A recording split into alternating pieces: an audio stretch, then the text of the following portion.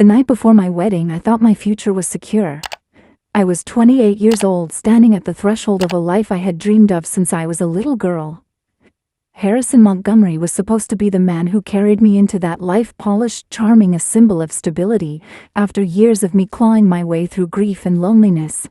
My parents were gone, and I had convinced myself that in Harrison's family, I had found my place. His mother, Diana, with her gentle hugs and elegant pearls, had become a surrogate mother to me. His sister Claire had been the closest thing I ever had to a best friend. I had given myself fully to the illusion that I belonged with them, that love had stitched me into their family quilt. But illusions have a way of shattering when the truth claws its way out of the dark. That night I had only gone to the Grand Hotel to deliver Harrison's grandfather's cufflinks, a tradition his mother had insisted upon. The hotel was familiar, almost sacred to us. We had hosted countless charity events there, laughing beneath the chandelier's clinking glasses with donors. I didn't expect anything unusual when the concierge pointed me to the private lounge. My heels clicked against the marble floor, echoing in a way that made me pause. Fate, I would later realize, had already been weaving its cruel thread. Through the partially open door, I heard his laugh, distinct, deep, so familiar, it was like hearing my own heartbeat. Then came Blake's voice, Harrison's best friend, filled with mocking disbelief. "Come on, man, you can't be serious about settling down with Sophia." My hand tightened around the velvet box. I wanted to turn away, but then Harrison's voice followed, slurred, careless, sharper than the cufflinks digging into my palm. "Why not? She's perfect on paper. Her trust fund will expand Montgomery Enterprises. Her connections are invaluable. Besides, she's completely devoted to me." Laughter erupted, the kind of laughter that gnaws at your bones. But it was the next words that turned my blood to ice. "She's just temporary anyway. Until someone better comes along. Someone more suitable for the long term." I didn't cry. Not then. The tears would come later in fragments when I least expected them. That night all I felt was an unnatural calm, as though a switch had flipped inside me. 3 years of love, of shared dreams, of whispered promises beneath Tuscan skies, all of it collapsed in a single moment. My fiancé, the man I thought was my salvation, had just reduced me to a placeholder. I left the hotel quietly, unnoticed, clutching the cufflinks like a talisman of betrayal. At home I opened my laptop. Being Harrison's partner in business had given me access to everything: files, records, the inner machinery of his empire. If he thought I was naive, he had underestimated me. I dug, and what I found unraveled not only my relationship, but the entire foundation of his carefully constructed world. Offshore accounts, embezzled funds, emails with Rebecca Matthews, the woman who sat on his company's board of directors, the woman he planned to run away with after our honeymoon. Each click of the mouse stripped away another layer of the man I thought I loved. Each revelation was both a dagger and a gift. By dawn I had enough evidence to burn him down completely. The morning of my wedding arrived with an eerie serenity. I sat before the mirror, applying my makeup with steady hands, the opposite of the trembling bride I once imagined I'd be. The wedding dress hugged my body, not as a symbol of love, but as armor.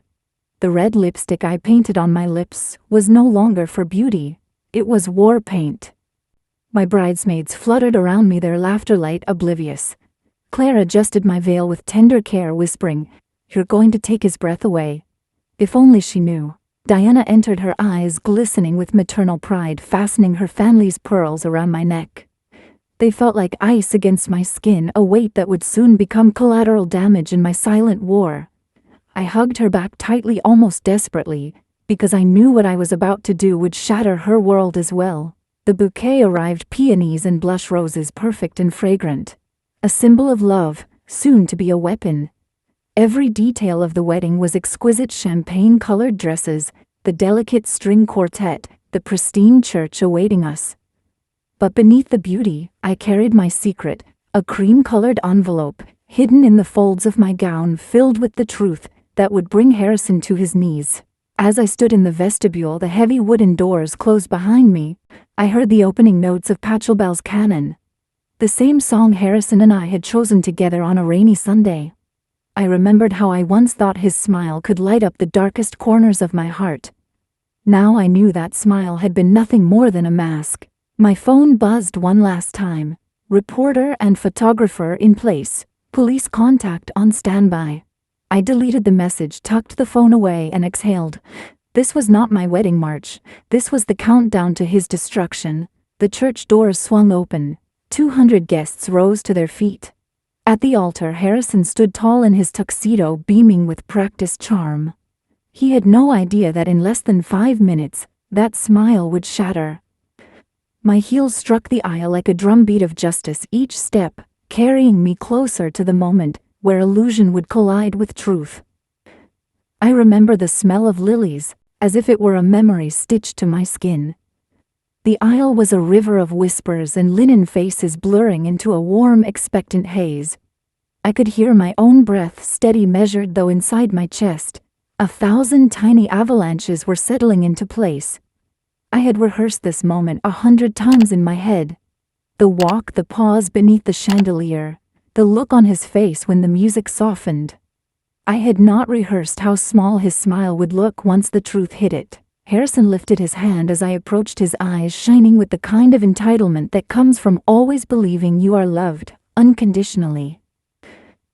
He reached for my bouquet like the hero in one of those films we used to watch, curled up on the couch. But the bouquet never felt romantic to me that day. It felt heavy and cold, the stems like a ledger I was carrying. Claire's whisper in my ear, "You look so beautiful," brushed me like silk. I almost believed it until I caught the way her hand trembled when she adjusted my veil. For a split second I wondered if she suspected anything. Then she smiled too wide and stepped back into the choreography of celebration. The vows began like a sunrise, soft and inevitable. Harrison took my hands and spoke words I had memorized once and believed, and the room leaned in as rooms do when two people promise forever. I listened, tracing the line of his mouth, cataloging the small betrayals, how his eyes darted, how his fingers brushed my knuckles almost absent-mindedly, like an employee signing the dotted line of a contract. When it was my turn, I did not speak from a place of trembling devotion. I spoke from a place honed by grief and sharpened by betrayal, and every syllable landed like a stone. I told them the truth, not as an accusation, but as a litany. I read aloud the emails that had been exchanged with Rebecca Matthews, the messages that were not flirtation, but a map of plans. I spoke of offshore accounts stitched together with the names of shell companies, of invoices that vanished, and contracts that shifted like sand. I let the congregation hear the recorded voicemail where Harrison laughed and said, "She'll always be mine for now," a phrase so cold it echoed in my bones. I held nothing back because withholding had been the tool of my erasers for too long. I watched faces change, paler, then harder, then fissured by disbelief. Diana's hands tightened on her pearls, but it was Claire who looked as if the floor had tilted. She covered her mouth with her hands, and then bit the knuckles until they whitened. There were gasps, as there always are when the script of a life is torn in front of an audience. But what I remember most is the silence that followed, thick and reverent. The organist stopped playing mid-phrase. Someone muffled a sob behind a hand. Harrison's smile froze, a paper mask caught in the rain. He tried to speak. He opened his mouth and the rehearsed lines spilled out. Denials, protests, a practiced hurt he could summon on demand. But I had prepared for that too. Before he could find his footing, I reached into my dress and handed the envelope to the officiant, but not as a plea. I handed it like a verdict. "Read this," I said, and watched as the pages were unfolded, as the legalese and ledgers and emails became public scripture. The officiant's throat worked. He did what his role demanded and read aloud the parts that dealt with embezzlement and plans to abandon me for someone else's security. Names were said. Figures were said. The candid voicemail played again, its edges sharper in the hush. People began to murmur, then shout, then step forward as reality unspooled. Some faces were kind, others were hunting for their alliances. Diana's mask finally dropped. The pearls hung slack like a noose. Her hand flew to her mouth. I saw her lips move in a prayer that might have been for mercy or for forgiveness, I could not tell which. Harrison's jaw clenched until the vein at his temple throbbed. He looked not like the man I loved, but like a puppeteer whose strings had been cut. For a wild moment, I felt nothing but an almost animal calm. I had expected to feel vindication hot and humming like electricity, but what came instead was a cold, crystalline certainty. The truth once freed does not warm you. It clarifies. It shows you who is steady and who was only ever performance. I thought of my parents, how they had taught me to value honesty above comfort, and I felt them near me then, not as ghosts to grieve, but as compasses that pointed me toward what was right. The reception that followed fractured into immediate chaos. Reporters who had been quietly positioned with credentials hidden in clutches and lapels gathered like scavengers, penning the spectacle into headlines before fingerprints could be wiped away. Security escorted Harrison out with a dignity he no longer owned. Claire followed him, eyes red-rimmed, confusion etching new lines into her face. Diana's hands trembled as she tried to collect herself, but there was nothing left to collect. The guests divided into clusters. Some came to me and murmured condolences. Others averted their eyes as if I had splattered them with truth and they would be stained. When the initial storm subsided, Harrison's absence sat in the room like a vacancy that no music could fill. People whispered about scandal and betrayal. They whispered about shame. But underneath all that, a quieter chorus began, one that asked who else had been blinded by gilded smiles, and who else had given up their voices to keep the peace. My story became a mirror, and more than one person found themselves looking into it and flinching. Later that night, alone in our unused suite, I let my knees fold under me and I wept. Not because I had orchestrated his downfall, but because I had loved and been deceived, and loving was never a crime I intended to punish. The dress that had been my armor felt like a memory I could fold away. Outside, the city carried on, indifferent and glittering, and inside I felt both ruined and strangely reborn. The morning after what was supposed to be my wedding felt unreal, as if the world had tilted on its axis, while I lay awake staring at the ceiling of a hotel suite that would never hold a honeymoon. The white silk sheets clung to me like the remnants of a dream I couldn't shake, but the truth pressed harder. I was no longer a bride. I was something else now, something forged in fire and betrayal. I dressed quietly, pulling on a simple black dress, instead of the white gown that still hung limp and abandoned in the wardrobe. Its lace sleeves, once a symbol of promise, now seemed like the delicate skin of a lie. I touched it briefly, not with longing, but with farewell, then left it behind like a husk. Downstairs, the lobby buzzed with whispers. Guests from the night before lingered, their conversations clipped and heavy with scandal. Some avoided my eyes. Others, with a strange admiration, nodded slightly, as though I had done what they never could: speak the truth when it mattered most. When I stepped outside, flashes exploded. Reporters, tipped off by the chaos, had gathered in a frenzy. Microphones stretched toward me like spears, voices overlapping. Sophia, did you know about the affair? Sophia, will you press charges? Sophia, do you regret exposing him at the altar? For a moment I froze. I was not built for spectacle, for cameras dissecting my grief. But then I remembered the calm that had carried me down that aisle, and I realized I had a choice: either let the story be twisted into pity for a jilted bride, or claim it as my own. I lifted my chin. What happened yesterday wasn't the end of my story, I said steadily, my voice carrying over the chaos. It was the beginning of his reckoning. And it was the beginning of my freedom. The crowd erupted. Questions rained down, but I pushed past, slipping into the waiting car I had arranged the night before. Inside, silence wrapped around me like a balm. I leaned back, exhaling for what felt like the first time in years. Back at the apartment I had kept in my name, my one sanctuary untouched by Harrison's influence.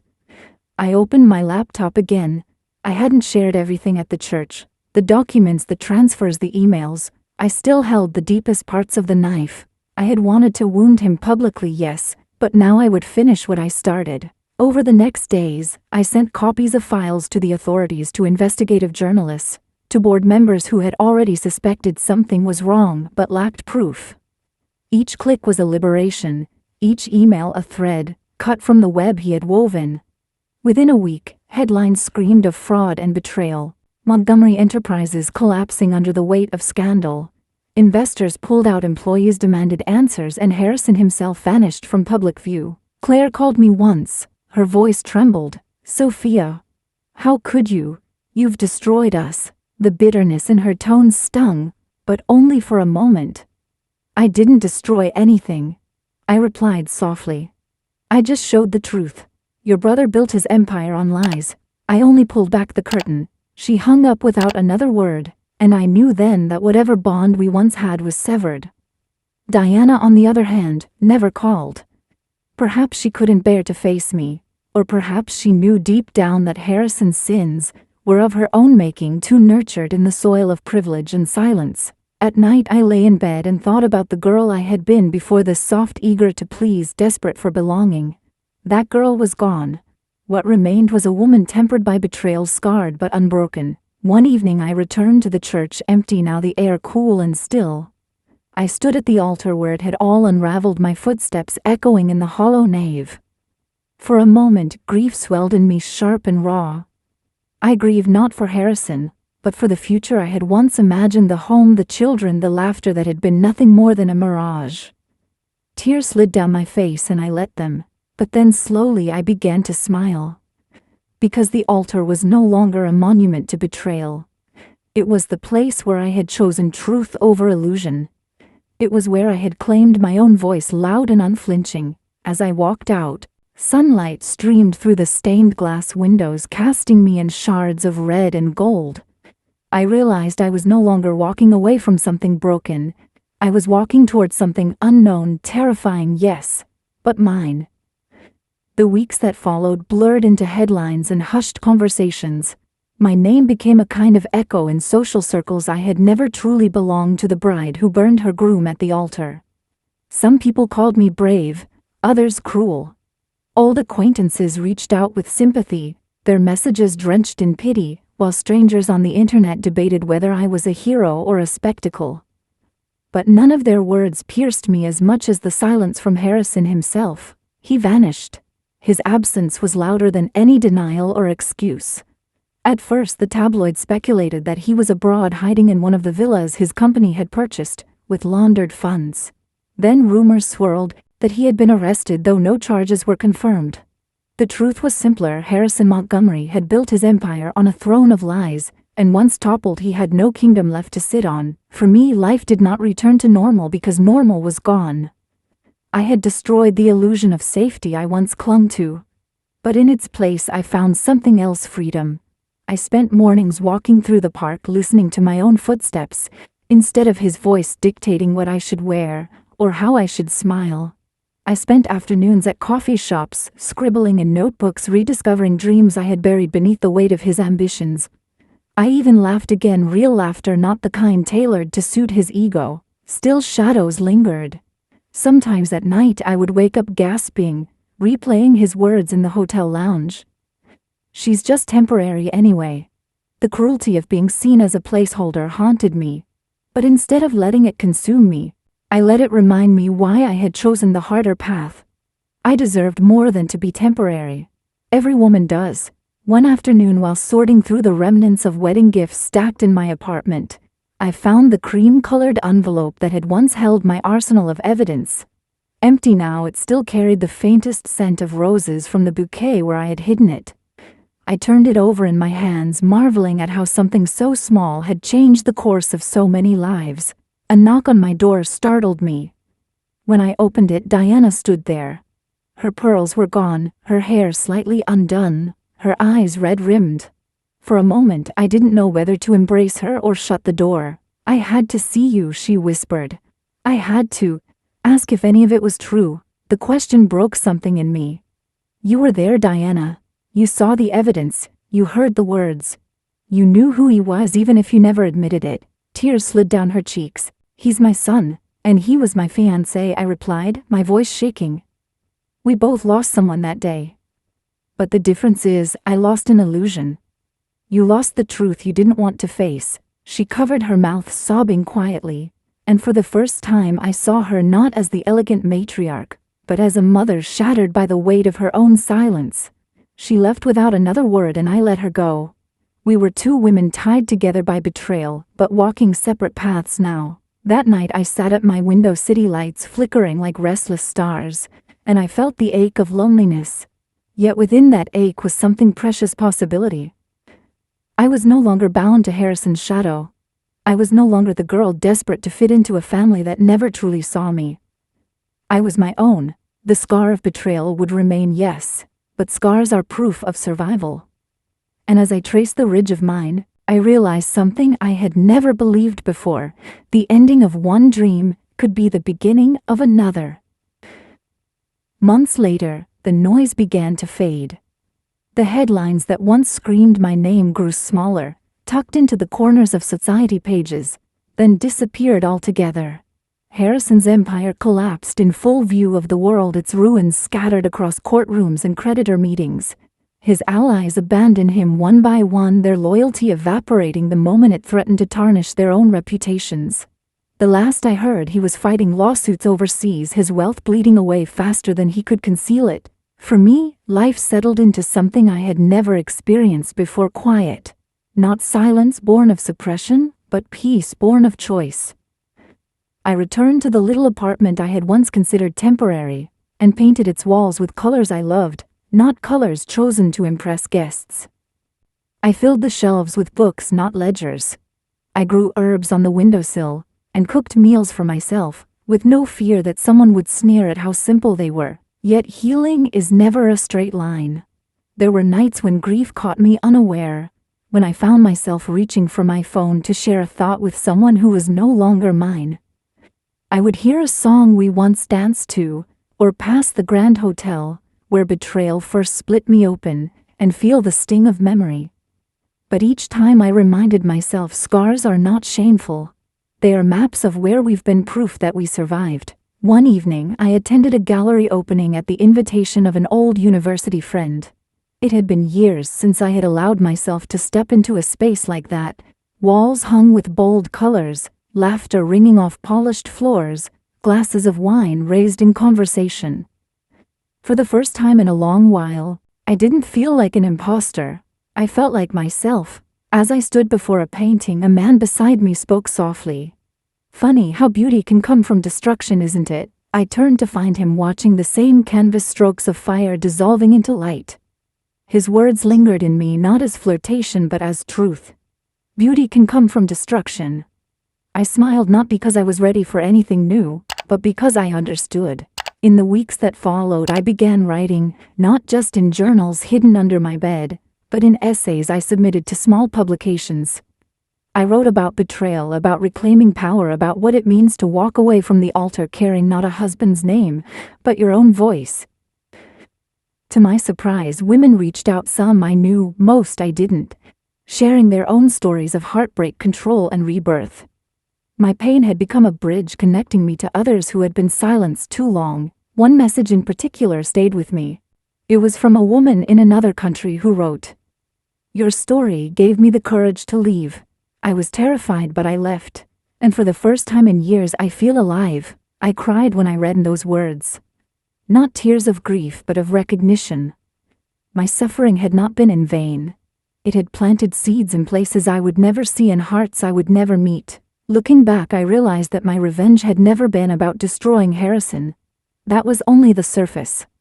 The true revenge was reclaiming myself, refusing to live as a placeholder, refusing to bow to a lie. The true revenge was showing every woman watching that they are not powerless, that even at the altar, dressed in silk and expectation, they can still choose freedom. So here I am, telling you my story not as a warning, but as a testament. Life will break you, people will betray you, but you can rise from the wreckage with your head held high, carrying not shame but strength. If my story moved you, please like this video, share it with someone who needs to hear it. Subscribe for more stories of resilience and truth, and leave me a comment with your own journey. Your voice matters, never let anyone silence it.